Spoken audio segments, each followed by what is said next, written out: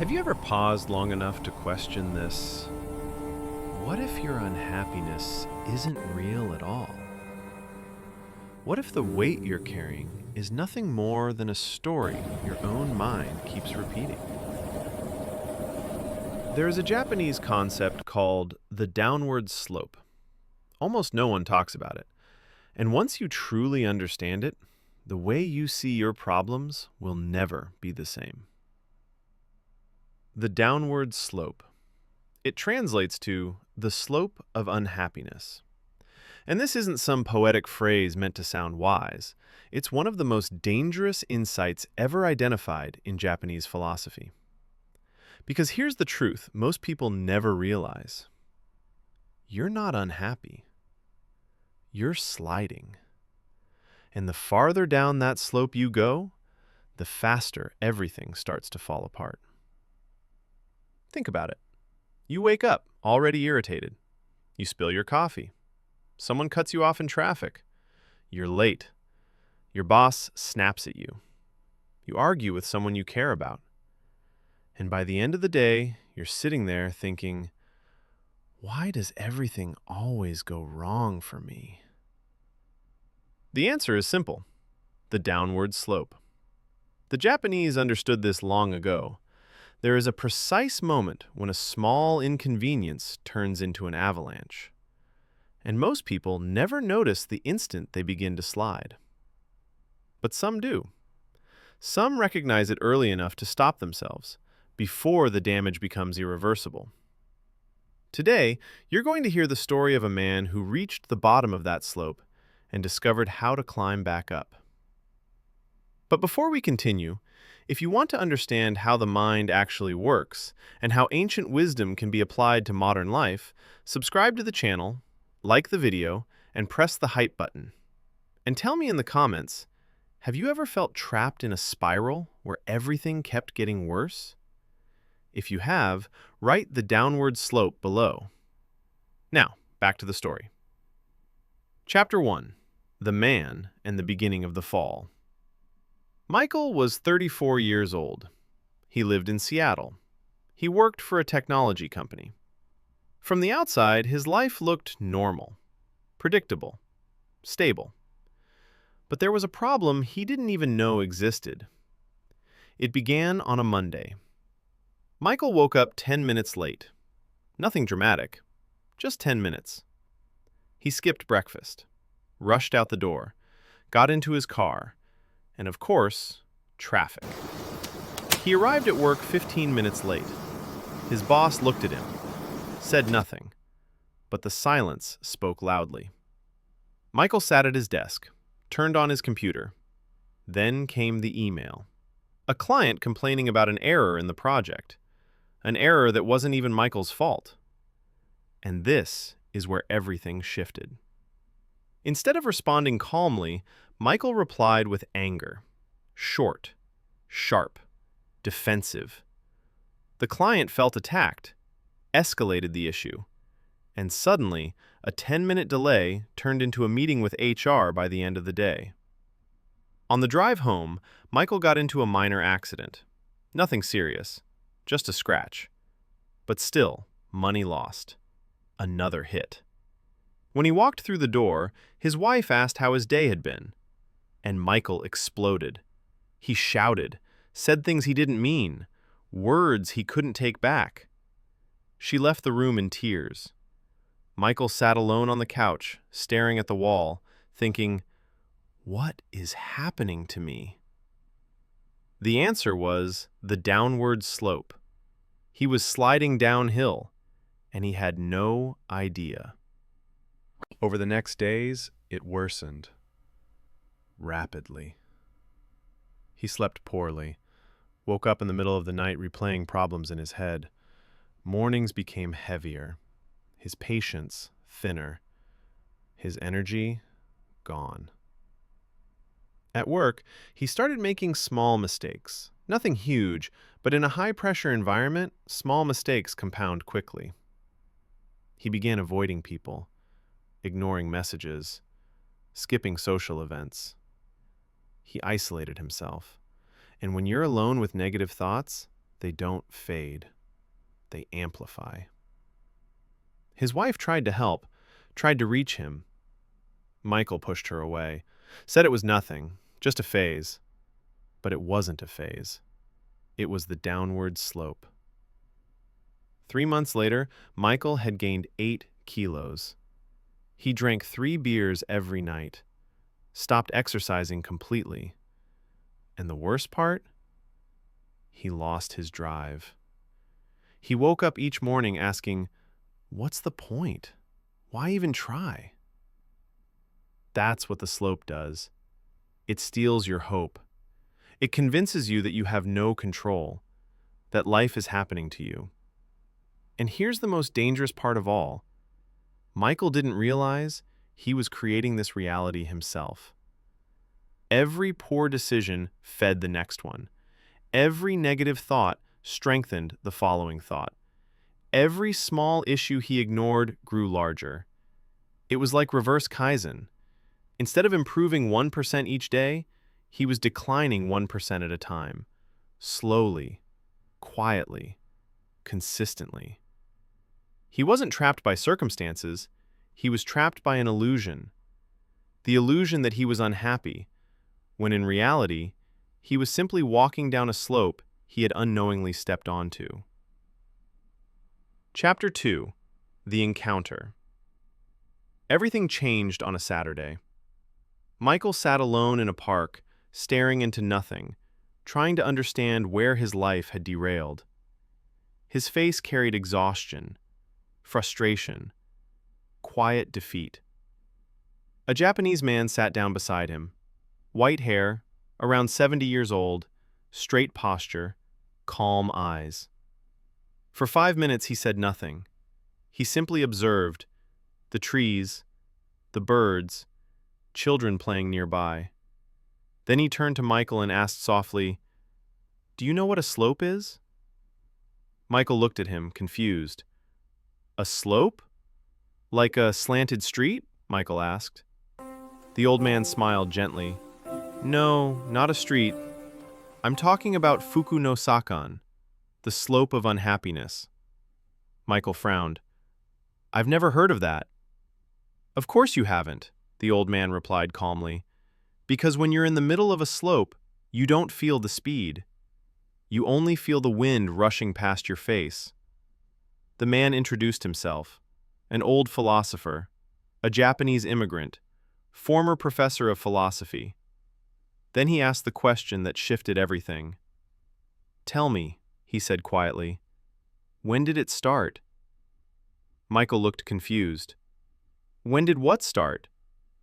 "The descent," the old philosopher said. "Everyone who slides downhill has a beginning, a moment, a trigger.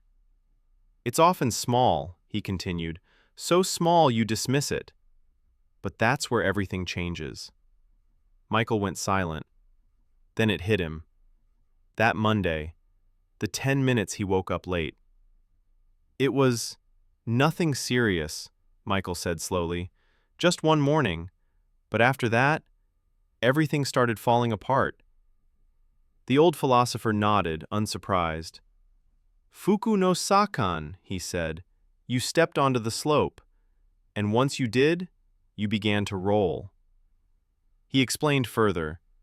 In ancient wisdom traditions, the ancient warriors understood something most people still ignore. Battles don't begin on the battlefield. They begin in the mind. They knew there was a point where control is lost, not because the world turns against you, but because you've entered a downward spiral. Fuku no Sakan isn't bad luck. It isn't fate. It's mental physics. He paused. Picture a real slope. If you stumble and start rolling, what happens? You accelerate. Stopping becomes harder, and every collision hurts more than the last. Eventually, the old philosopher said softly, you reach the bottom. That's life, he continued. A small delay, an argument, a mistake. If you don't stop and address it, what follows? One problem creates the next. Stress clouds your thinking.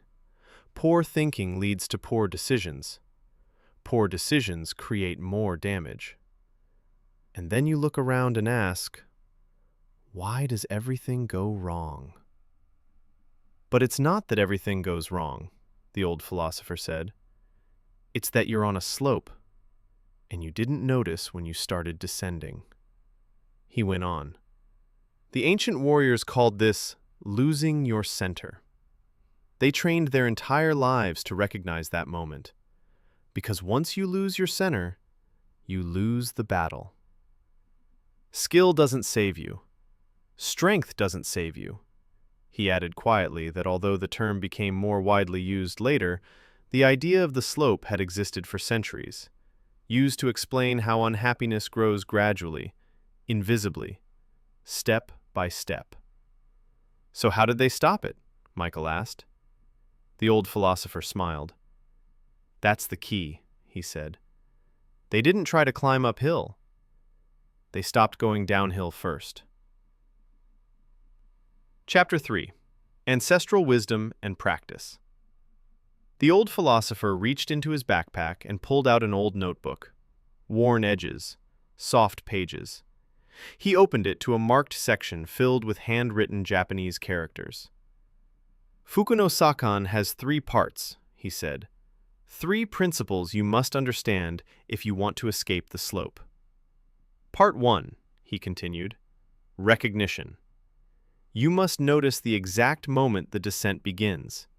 And that, he said, is harder than it sounds. Because the human mind is brilliant at lying to itself. It tells you everything is fine, that it's just a bad day, that tomorrow will be better. But tomorrow doesn't improve, the old philosopher said, because nothing changed. You only waited. Michael felt it land. He thought about the last 3 months. How often he had told himself, tomorrow will be better, and how it never was. Part 2, the old philosopher said, interruption. You don't climb a hill while you're still rolling. You stop first. And stopping means breaking the pattern, doing something different, immediately. Every negative action feeds the next one. If you don't interrupt the cycle, it will continue. And the third? Michael asked. Reconstruction, the old philosopher replied. You must build friction. Place resistance in the path of the descent. Create habits that slow you down, routines that anchor you. Without friction, he said, any small gust will send you sliding again. The old philosopher closed the notebook. In the time of the ancient warriors, they used rituals for this, he said. Morning meditation, physical training, the tea ceremony. These weren't traditions for tradition's sake. They were mental engineering. They were designing resistance against the slope. He looked directly into Michael's eyes. And you can do the same today. But you must begin now. Because the longer you remain on the slope, the deeper it takes you. The old philosopher proposed a challenge. 7 days, he said. 7 deliberate actions. Day 1. You identify the very first problem, the true starting point, and you solve it. It doesn't need to be dramatic. It doesn't need to feel important. You solve it anyway. Michael reflected. The first issue had been the delay, and the delay came from lack of sleep. He had been going to bed too late. So, the old philosopher said, on day 1, you go to bed at 10 p.m. No debate, no exceptions. Day 2, you face something you've been avoiding, a difficult conversation, an uncomfortable email, a postponed responsibility. Because every avoided task adds weight to the descent. Day 3, you help someone, Anyone, in any way. Because when you're on the slope, your world shrinks. Everything becomes about you, your pain, your stress, your problems. And that, the old philosopher said, is what keeps you stuck. When you help someone, the old philosopher said, you remember something essential. The world is bigger than you. Day 4, he continued, you move your body. Exercise, walking, anything. Because the mind and the body are not separate systems. When the body stays still, the mind locks itself in place. Day 5, you write. 3 things that went right. 3 things you're grateful for. On the slope, your vision narrows. You only see what's broken. This trains your mind to notice what's still working. Day 6, you reconnect. Call a friend. Spend time with family. Isolation accelerates the fall. Connection creates resistance. And day 7, the old philosopher said, you do something purely for pleasure. No productivity, no goal, no justification. Just something that reminds you you're alive. Michael wrote everything down. And if I fail one day? He asked. You will, the old philosopher answered. Everyone does. Failure isn't the danger. Quitting is. If you slip, you stand up the next day and continue. That's how you leave the slope. Because climbing upward is slow. And slow progress is still progress. Chapter 4. The Transformation. Michael followed the plan. Day 1, he went to bed at 10. He woke up rested for the first time in months. Day 2, he talked to his wife. He apologized. He broke down. She cried too, but he was honest, and something shifted between them. Day 3, he helped a coworker with a project. Day 4, he ran for 20 minutes. Not long, not impressive, but when he finished, he felt lighter, different. Day 5, he wrote. At first, finding 3 good things felt impossible. Then he found them, and then 3 more, and then more after that. Day 6, he called his father. They hadn't spoken in months. The conversation went better than he expected. Day 7, he went to a show. No photos, no posts, no phone. He just listened and felt present. And something important happened. He stopped going down. Not instantly, not dramatically, but steadily. The second week, he repeated the process. Then the third. Then the fourth. And slowly, he began to climb. The problems didn't disappear. Work was still demanding, traffic was still traffic. But he was no longer on the slope. Because he had created friction. He had built resistance against the fall. 3 months later, Michael met the old philosopher again, in the same park. "How are you?" the old man asked. "Better," Michael said. "Much better." "So now you understand?" Michael nodded. "I wasn't unhappy," he said. "I was trapped in an illusion. The illusion that I had no control, that life was just happening to me." The old philosopher smiled. "Fuku no sakan," he said. "The slope only has power if you believe you can't stop. But you always can, at any moment. You only need to choose." Years of modern psychology support this. Research on rumination spirals shows that when people stay trapped in negative thought loops, brain chemistry shifts. Stress hormones rise. Motivation chemicals drop. And the longer you stay there, the harder it becomes to escape. But there's something equally important. Small, consistent actions can reverse the process completely. It doesn't require extreme therapy. It doesn't require heavy medication. It requires intention, repetition, structure. The mind responds to rituals, to discipline, to rhythm. Fuku no Sakan isn't mysticism, it's ancient neuroscience. But there was one thing the old philosopher didn't tell Michael that day. Something known only to masters of Japanese philosophy.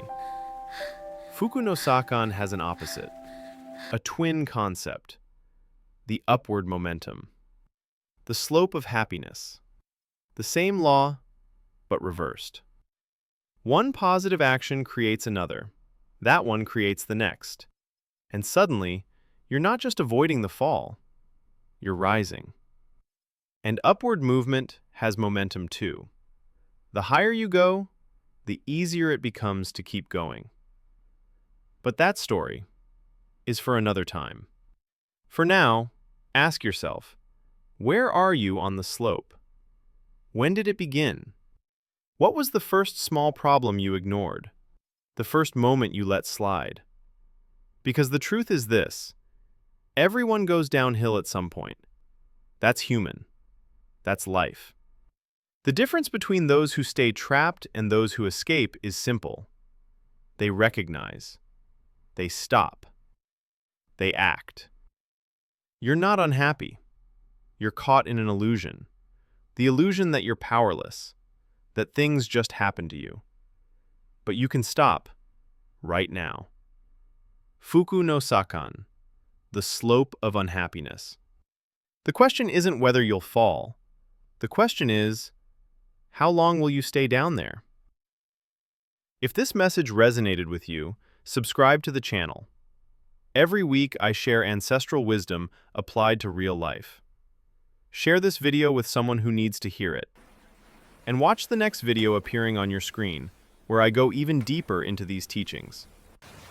Remember, you are not trapped.